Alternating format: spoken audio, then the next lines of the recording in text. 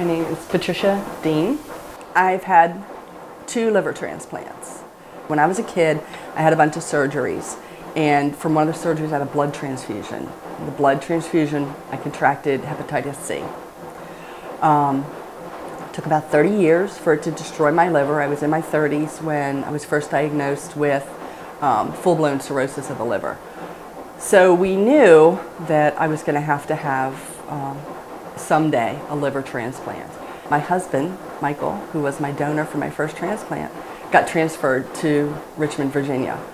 And it put me here at MCV, which is where I ended up having my transplants, and they're awesome at MCV. I can't say enough good things about them.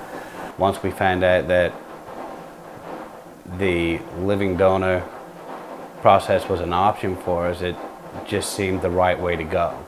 Being a living donor has its benefits. Basically, you get to choose the timing of the operation. If you have a willing party on the other side, Patty didn't have to wait until she was so sick that she couldn't function. This was a better alternative. I ended up having 2 transplants. I wasn't able to keep Michael's liver because they have blood clots and they couldn't get the circulation going right. So I spent the summer in MCV. I was more concerned about what's going to happen next rather than what happened to my liver. That wasn't even a concern of mine. My biggest concern at that point in time was, what can we do to get Patty better? A month later, it was September 2nd, I got a liver from a deceased donor. Well, after 2 back-to-back surgeries, just the hospital bill alone was $750,000.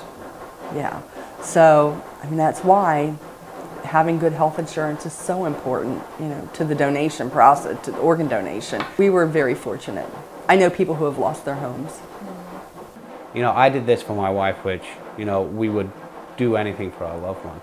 There are people who go to MCV and do this for complete strangers, who say, I want to be a partial organ donor.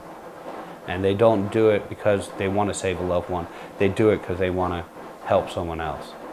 About a year after my transplant, I wrote a thank you letter to my donor's wife. And she received my letter. And then a year later, which was this past Christmas, I got a letter from her.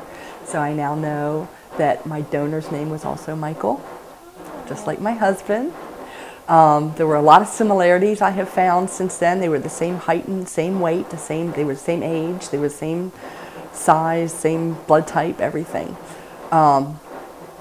And my donor's wife told me a lot about Michael, the kind of person that he was, and she even signed her letter, maybe someday we can have lunch. So that's my hope now. I would love to meet her and be able to thank her in person.